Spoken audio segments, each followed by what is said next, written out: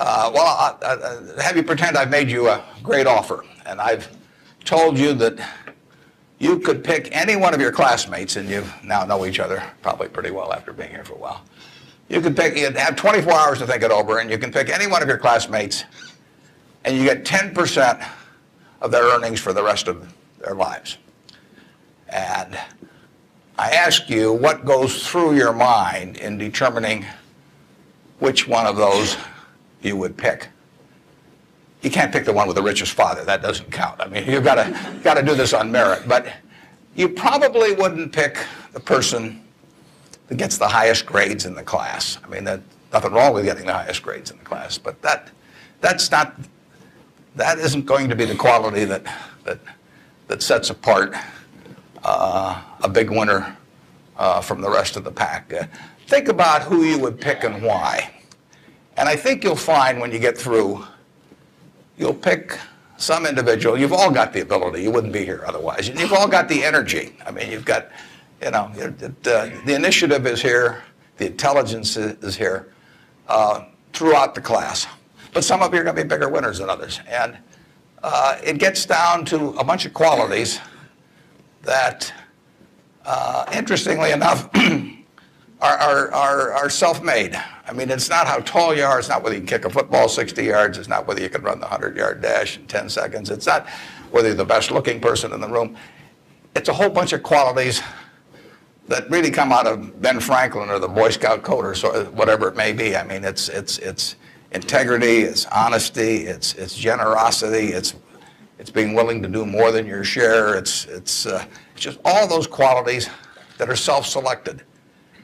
And then if you look on the other side of the ledger, because there's always a catch to these, free gifts and genie jokes. So you also have to, and this is the fun part, you also have to sell short one of your classmates and pay 10% of what they do. So who do you think is going to do the worst in the class? This is way more fun. And think about it again. And again, it isn't the person with the lowest grades or anything of the sort.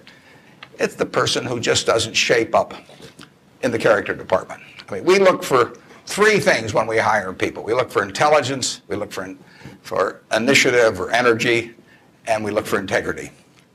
And if they don't have the latter, the first two will kill you. Because if you're going to get somebody without integrity, you want them lazy and dumb. I mean, you don't want them smart and energetic. So it's that third quality, but everything about that quality is your choice. You can't change the way you are wired much, but you can change a lot of what you do with that wiring. And it's the habits that you generate now on those qualities, or those negative qualities. I mean, the person who always, claims credit for things they didn't do, that always cuts corners, that you can't count on. I mean, in the end, those are habit patterns. And the time to form the right habits is when you're your age. I mean, it doesn't do me much good to get golf lessons now. If I'd gotten golf lessons when I was your age, I might be a decent golfer. But someone once said the chains of habit are too light to be felt until they're too heavy to be broken. And I see that all the time. I see people with habit patterns that are self-destructive when they're 50 or 60, and they really can't change them. They're imprisoned by that. But you're not imprisoned by anything. So when you write down the qualities of that person that you'd like to buy 10% of, look at that list and ask yourself, is there anything on that list I couldn't do? And the answer is there won't be. And when you look at the person you sell short and you look at those qualities that you don't like, if you see any of those in yourself, egotism, whatever it may be, selfishness, you can get rid of that. I mean, that is not ordained. And if you follow that, and Ben Franklin did this, and my old boss Ben Graham did this at early ages in their young teens. Ben Graham looked around and he said, who do I admire? And he wanted to be admired himself, and he said, why do I admire these other people?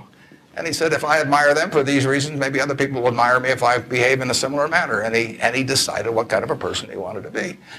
And if you follow that, at the end, you'll be the person you want to buy 10% of. I mean, that's the goal in the end.